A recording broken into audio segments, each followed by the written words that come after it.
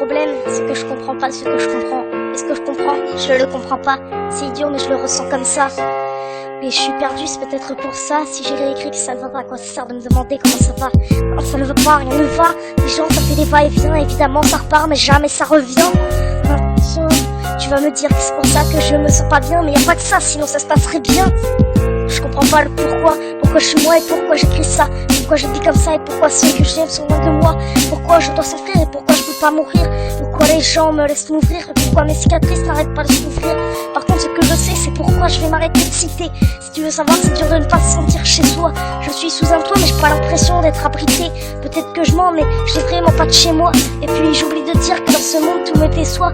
Dans les foyers d'enfants, il y a des excès de lits superposés parce que c'est devenu banal d'être un enfant de parents divorcés. Dans les cœurs, y a même pas de haine, ce serait avoir des sentiments. Et vu que les gens ne savent pas parler de ce qu'ils ressentent gentiment, hein. Quand je dis ça, t'as l'impression que je mens. Ben regarde autour de toi, réellement, il y a aussi un petit problème chez moi. C'est sans doute le manque de tous, tu veux savoir. Ne crois pas que ça n'a rien à voir. Comment pour lutter contre le manque, moi je revends ce qu'on me donne pas et j'avance rien que pas à pas. Parce que le manque m'empêche de m'insulter à sur-hôtel. Moi j'aime observer les hirondelles, même si ça me fait mal, parce qu'elles prouvent que le temps passe et me rappellent que celui-ci me dépasse. Ou peut-être que je broie juste du noir car l'été est présent et même étouffant. Mais je suis assourdie parce que les couleurs créent le contraste et c'en est même bluffant. Et bien sûr, encore une fois, on va me féliciter. Il est super ce texte, je sais pas comment tu fais pour écrire comme ça. Mais je te réponds franchement, ne me demande même pas ça. Ok, ce que je lis, tu le vois pas, mais fais au moins semblant de t'en rendre compte. Parce que j'en ai marre qu'on dise que c'est rien au bout du compte.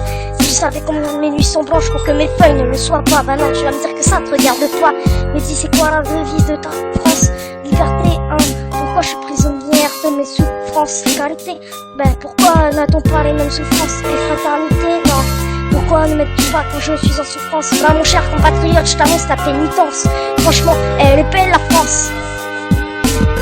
Des promesses, rien que des promesses, ça c'est sûr, on sait bien tenir la messe. À ma portée, j'ai deux très beaux exemples.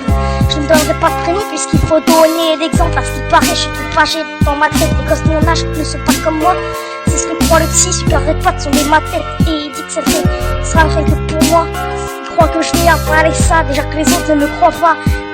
Pourquoi lui il serait différent? Ah voilà un autre de mes problèmes. J'ai perdu confiance en moi-même et ceux qui m'entourent. Je ne vois que des idiots aux alentours, même pas capable de comprendre que je vais pas bien. Donc moi je crois pas qu'il existe des gens bien, parce que les seuls que j'ai croisés sont trop loin de moi.